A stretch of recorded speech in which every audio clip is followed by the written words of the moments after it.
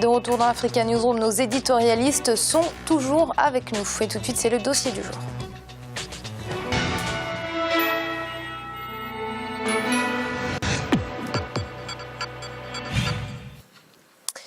Les infrastructures sanitaires, une grosse ombre dans les tableaux de nos États africains. Manque de structures, vétusté des bâtiments et du matériel. La situation en devient dramatique. Focus sur le cas du Sénégal avec ce reportage de notre correspondant El Hadj Ndiaye. La santé est un droit pour tous, mais sur le continent, la faiblesse du nombre d'établissements publics de santé ainsi que l'absence d'infrastructures médicales de pointe et de qualité tend à remettre en question ce principe. Les hôpitaux publics sont dans un état de délabrement inquiétant. Avec seulement une vingtaine d'hôpitaux, le Sénégal, à l'instar de nombreux pays du continent, présente une carte sanitaire en deçà des normes de l'Organisation mondiale de la santé. La conséquence, c'est l'engorgement des centres de santé avec pour corollaire une qualité de soins qui n'est pas convenablement assurée. De Dakar jusqu'à Ziguinchor, en passant par Kaolack et Saint-Louis, l'insuffisance et la vétusté des équipements dans les hôpitaux sont notoires. Conscient de cette situation, le Sénégal a inscrit le développement du secteur de la santé dans ses priorités dès l'accession du pays à l'indépendance. De 7 hôpitaux en 1960, le pays est passé aujourd'hui à environ 20 établissements hospitaliers. Toutefois, on constate que malgré les importants progrès réalisés au cours des dernières décennies, le déficit d'infrastructures et d'équipements demeure. Même les hôpitaux de référence sortent difficilement du lot. C'est le cas de l'hôpital Aristide Le Dantec. L'hôpital Aristide Le Dantec fait naturellement face, dans l'exécution de ses missions, à des difficultés liées à la vétusté des locaux et des équipements. Déficit infrastructurel qu'il s'efforce de résorber progressivement. Cette vétusté des équipements fait que même les étudiants en médecine en fin de formation ne parviennent pas à exercer convenablement leur métier. La formation médicale ne peut pas reposer uniquement sur la formation théorique. Il faut relever le plateau technique des hôpitaux. Il faut mettre les malades dans de bonnes conditions. Il faut que les malades puissent être traités selon les meilleurs standards au monde. Parce que si nous enseignons aux étudiants à l'université, voilà ce qu'il faut faire devant telle pathologie, et qu'à l'hôpital, qu'ils ne trouvent pas ces moyens-là pour faire ce qu'on leur a enseigné, il y a discordance. À côté du manque d'infrastructures sanitaires de qualité, il y a aussi l'accès aux soins par la population qui demeure une contrainte majeure.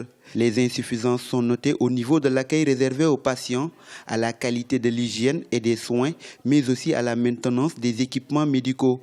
Le financement reste également un défi, mais le pays a enclenché une réforme hospitalière visant à améliorer la performance des hôpitaux publics. Pour les hôpitaux qui existent déjà, on a demandé un plan de redressement, n'est-ce pas, qui a été financé avec des contrats, ce qu'on appelle ici au Sénégal les contrats pluriannuels d'objectifs et de moyens, c'est-à-dire que les hôpitaux déclinent les objectifs et sur la base de ça, on les finance avec des financements de la Banque mondiale. Il y a eu également des projets d'établissement de seconde génération qui leur a été demandé et qui aujourd'hui met l'accent justement sur le relèvement du plateau technique médical, c'est-à-dire des équipements médicaux. Aujourd'hui, les autorités ont fait du relèvement des plateaux techniques leur priorité. Le pays vient de se doter d'une unité de cardiologie interventionnelle et d'un service de radiologie numérique installé à l'hôpital Aristide Le Dantec. Deux services de soins qui vont permettre de renforcer la qualité de la prise en charge sanitaire des populations. À noter aussi la reconstruction de l'hôpital Aristide Le Dantec pour un montant de 82 milliards de francs CFA. Un projet soutenu par le gouvernement du Sénégal. Objectif, disposer d'un hôpital ultra-moderne et éviter les évacuations à l'étranger. Malgré les efforts importants consentis par l'État, je sais que vous travaillez avec des plateaux techniques souvent inadéquats. C'est pourquoi je me suis engagé à y remédier avec le programme d'urgence de modernisation des structures sanitaires. Ainsi, des hôpitaux publics comme celui de Fann, d'Al Djam ou encore l'hôpital de la Paix sont tous réhabilités. L'hôpital principal de Dakar s'inscrit dans cette dynamique. La structure compte moderniser progressivement tous ses services. Ces projets de modernisation sont évalués à 18 milliards de francs CFA pour les 5 prochaines années. C'est la raison pour laquelle nous sommes en train de faire en sorte que chaque hôpital puisse obligatoirement avoir un projet qualité et qu'il puisse être évalué justement sur cette base-là afin d'assurer une amélioration chaque année au niveau de leur performance. Et en plus de cela, mettre beaucoup l'accent sur l'accueil. Parce que les hôpitaux ont des compétences, ils ont des médecins de grande renommée. C'est au niveau du public qu'on les retrouve. Mais vous voyez souvent des compatriotes qui préfèrent aller dans le privé, tout simplement parce que là, ils sont mieux rassurés, ils sont mieux reçus. L'insuffisance des établissements sanitaires au Sénégal demeure un réel problème pour la population. Mais les efforts déployés par les autorités pour moderniser les centres de santé publics nourrissent l'optimisme. C'est pour cela que lors du Conseil des ministres du 10 décembre 2014, des mesures fortes ont été annoncées pour le développement des infrastructures de santé avec le lancement des travaux de modernisation et d'extension de nombreux hôpitaux régionaux. Aussi, pour un meilleur accès aux soins, l'État a même mis en place la couverture maladie universelle. L'objectif du gouvernement sénégalais à l'horizon 2017 est que 75% de la population puisse bénéficier de l'assurance maladie. Samuel, le constat est sans appel. L'Afrique est très en retard en ce qui concerne les infrastructures sanitaires. Oui, l'Afrique est très en retard. Il y a 2 instruments qui peuvent très bien mesurer cela.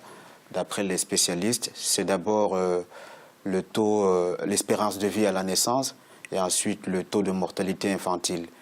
Plus le taux de mortalité infantile est élevé, moins les infrastructures de santé sont importantes. Donc, l'Organisation mondiale de la santé a d'ailleurs recommandé aux pays, aux États, et particulièrement aux États africains, de placer la santé au cœur de leur politique de développement. Et il est dommage de regretter que certains pays ne le fassent pas suffisamment. Lesquels ? Je pense que peut-être parce qu'ils n'ont pas suffisamment de moyens, mais je ne veux peut-être pas citer tous les pays, mais si on essaie de comparer les différents budgets qui sont consacrés aux secteurs respectifs, on voit très bien le budget qui est généralement consacré au secteur de santé. Donc je ne veux pas indexer un pays quelconque, mais il faut quand même, c'est une réalité qui est observable sur le continent. Il faut que ces pays inscrivent la santé comme priorité des priorités. Il y a des efforts qui sont fournis, il y a des résultats qui sont sur le terrain, il y a des évolutions bien évidemment dans tous les pays dans le domaine de la santé, mais ces évolutions ne cadrent pas avec la croissance, le potentiel en termes de besoins qui se développe chaque année. Ceci est lié aussi à la croissance de la démographie.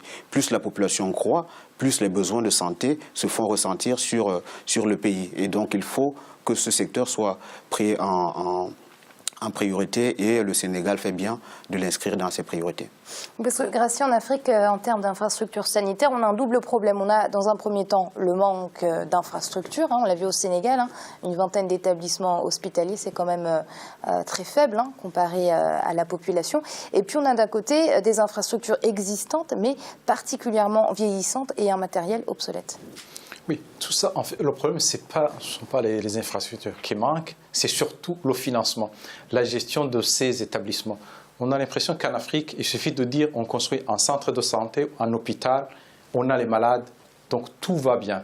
Il y a un problème qui s'oppose. On peut dire dans plusieurs pays, on dit que les gens peuvent se faire soigner presque gratuitement ou ils vont cotiser, vont payer un peu d'argent. Mais en réalité, l'État n'intervient pas pour financer le reste. Il faut qu'il y ait un système de financement pour qu'il y ait vraiment soit une autonomie de gestion, mais avec des subventions de l'État, pour que chaque établissement arrive à suffire au niveau de l'infrastructure. On peut acheter tout ce qu'on veut, le matériel au moins, on peut soigner les gens dans de bonnes conditions. Il faut en même temps que dans certains pays où il y a peu de moyens, l'État peut par exemple, on peut s'imaginer qu'on peut augmenter une petite taxe sur le carburant. Déjà les prix augmentent, baissent tout le temps. On peut augmenter un peu de TVA pour financer le système de santé. Parce que dans un pays où il y a un système de santé qui va très bien, en général, tout le système au niveau du pays fonctionne, marche correctement, parce que c'est un système qui est très difficile à gérer, très difficile à organiser. Si on arrive à maîtriser le secteur de santé, le financement, l'organisation, la gestion, le pays vraiment a beaucoup de chances de se développer. Oui, parce que Jean-Marie, quand on voit les richesses de nos pays africains, on a du mal à comprendre qu'ils n'investissent pas davantage dans les infrastructures sanitaires. Il en va quand même de la santé, de la survie de nos citoyens. Vous avez raison, Amira. Je dis souvent sur ce plateau, la santé fait partie d'une des fonctions fortes régaliennes de l'État.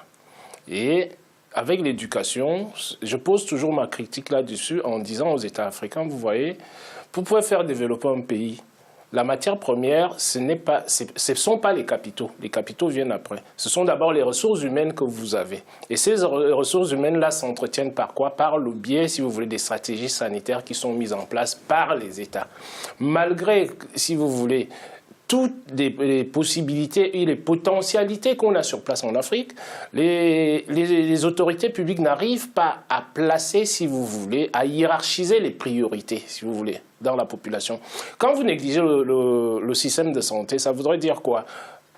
Samuel l'a très bien souligné tout à l'heure, c'est une hausse de la mortalité. Ça fait, si vous voulez, ça fait diminuer l'espérance de vie des individus dans dans ce pays-là. Et c'est pratiquement la même chose qui se passe chez nous en Afrique. Donc il est temps qu'on sache hiérarchiser les priorités. On a beau avoir un plateau technique.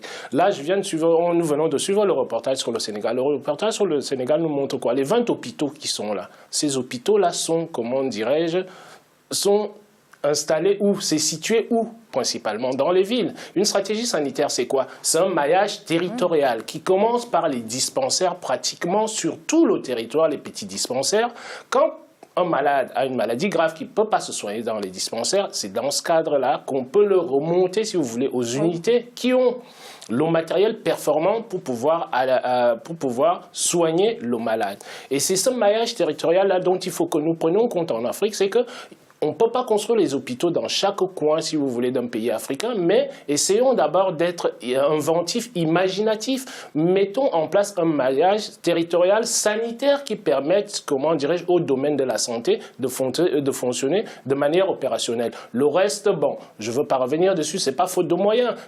On le dit souvent ici, là, c'est une question de volonté politique à la base. Si vous avez moins d'individus qui sont malades, bien que nous déplorons le chômage qui est en Afrique, mais c'est un potentiel de pouvoir d'achat que vous mettez dans l'économie qui permet de stimuler l'économie, même s'il y a le chômage. Quand un individu est bien portant, même ceux qui se débrouillent, on a traité ça toute la semaine dernière, il apporte quand même quelque chose chez lui pour que les gens puissent manger. Donc, les fonctions régaliennes, je le répète encore, de l'État, je ne veux pas faire un cours ici, là, les fonctions régaliennes de l'État, il est nécessaire que les États africains, que nous nous en occupions, que nous ne regardons pas ce qui se passe à l'extérieur, parce que nous n'avons pas encore atteint le niveau de développement de ces États-là et il nous faut hiérarchiser nos priorités en fonction de nos priorités africaines et non en fonction de ce que la Banque mondiale va venir poser sur la table, le FMI va venir dire préoccupez-vous de telle ou telle chose. On ne doit pas attendre que les gens à l'extérieur viennent nous dire que voilà, si vous voulez, les secteurs prioritaires dont vous devez vous occuper dans la population. Le chômage vient même après, la santé vient bien avant tout ça. Oui, et Samuel, un problème qu'on n'a pas évoqué autour de ce plateau, c'est que ce manque de financement dans les budgets de la santé, ça contraint les étudiants en médecine à venir poursuivre soit leur fin d'études dans d'autres pays, comme la France, ou carrément à venir s'installer et pratiquer dans un autre pays. Oui, c'est un problème systémique. Je pense que tout est lié. À partir du moment où les financements ne sont pas importants, il y a que cela a un impact évident sur le secteur du développement des infrastructures et aussi au niveau de la formation. Et la conséquence de tout cela, c'est que quand les gens viennent faire leurs études, encore faut-il qu'il y ait un environnement propice pour les recruter et pour payer ces gens en fonction de leur qualification, ce qui contribue généralement à la fuite des cerveaux, on l'observe ici. Ce qu'il faut préciser justement sur le développement des infrastructures de santé, c'est qu'il faut leur doter aussi des moyens de financement durable. C'est bien de construire un centre de santé ou un établissement sanitaire, mais faut-il encore prévoir des financements qui lui permettent de réhabiliter son équipement, de réhabiliter les édifices, mais aussi de financer durablement tous les besoins en termes de sécurité dans la région. Et c'est l'heure de marquer une nouvelle pause. On se retrouve très vite pour la suite de l'Africa News. On met tout de suite.